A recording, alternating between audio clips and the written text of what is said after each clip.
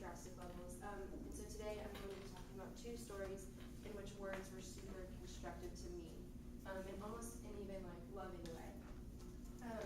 So the first story I have, just a little bit of background. Growing up, I was kind of a rough kid. I fought with my mom a lot, fought with my dad a lot, fought with my siblings a lot. I have 3 younger siblings. I played sports, and I just didn't have a lot of worth. I didn't think that I was worth really anything. I didn't really know the Lord a whole lot.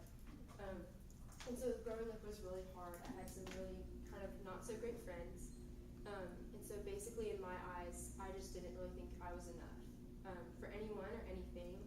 And I know especially girls go through this kind of phase, but I know guys can too.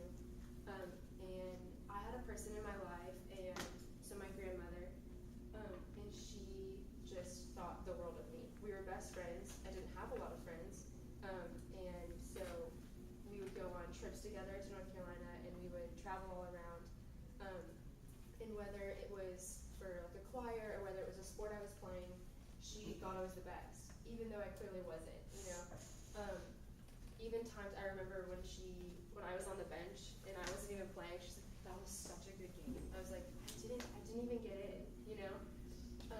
And so this past November, she got pretty sick, and she ended up passing away. And that was really difficult, but growing up, I really think that she was a saving grace for me in the words that she said to me. And constantly even when I was wrong, she was still on my side. And I really think that that's kind of how Jesus views us too, and so that really helped me in coming to know him as well. She wrote me a note, and in the bottom of the note, this is a specific example of when I didn't make the team that I was going out for. And in the bottom of the note, it said, "Please don't ever change." And so these words were so powerful that 2 Thursdays ago, I got them written on my hand forever, so I can always have that reminder, even though she's no longer with me. So my second story is about my best friend named Riley. This summer, I went to Lampy, Missouri, to work at a camp called Kanakuk. I'm not sure if any of you have heard of it. It's a Christian summer sports camp. And I didn't know anyone going. In hindsight, I don't really know why I chose to go. It was kind of just like okay, God, like, if this is really where you want me, I will go. So I went to this camp, and I didn't know anyone. And I met this girl named Riley, and I didn't really know anything about her. And it's kind of a crazy story, but we ended up getting kind of like stuck in a car together for about 4 or 5 hours. And so quickly we became really good friends.